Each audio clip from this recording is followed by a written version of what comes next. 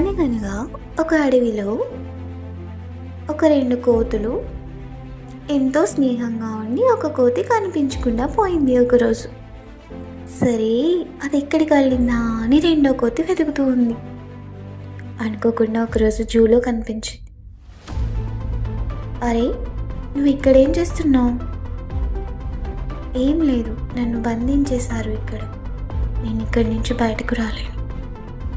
అలా కాదు, నీకు ఇష్టమైన దైవాన్ని తలుచుకో, ఖచ్చితంగా బయటకు వస్తావు. దైవమా? అలాంటి వాళ్ళు ఎవరు లేరు. కాదు కాదు, నా రామయ్యని తలుచుకో, ఖచ్చితంగా నీకు మార్గం కనిపిస్తుంది. ఏం చెప్తున్నావు? అడవిలి పాలు చేసి ఆయనకే కష్టాలు దాడడం కష్టమైంది, నా కష్టమేం తీరుస్తాడు, చాలు చాలే చెప్పా వెళ్ళు అంటుంది. కాదు కాదు, మనుషులు కష్టాల నుంచి ఎలా బయటపడాలి అని చూపించడానికి వచ్చాడు నా రామయ్య. కష్టాలు పడడానికి రాలేదు. ఆయనతో ఉన్న వాళ్ళందరూ అతనికి సహాయం చేస్తూ ముందుకు వెళ్ళారు.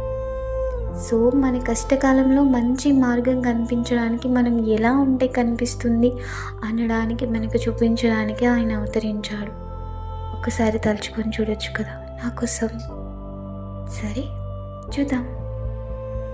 జై శ్రీరామ్, జై శ్రీరామ్ అని తలుచుకుంటూ ఉంది ఆమె. అదేంటంటే విచిత్రం, ఆ కోతి చిన్నదనమాట. ఆ ఊసలన్నీ బంధించిన అవన్నీ పెద్దగా ఉన్నాయి. సో ఈజీగా దాని నుంచి బయటకు వచ్చేసింది. చూసావా, ముందు రాని ఆలోచన ఇప్పుడు వచ్చింది. తలుచుకుంటే మన ప్రాణం మీదకి రాకముందే వస్తుంది మంచి ఆలోచన. సో ఇది రాముడి చరిత్రలో ఉన్న నీతి అని నాకు తెలిసినంత వరకు చెప్పాను. సో జై శ్రీరామ్, హ్యాపీ శ్రీరామనవమి.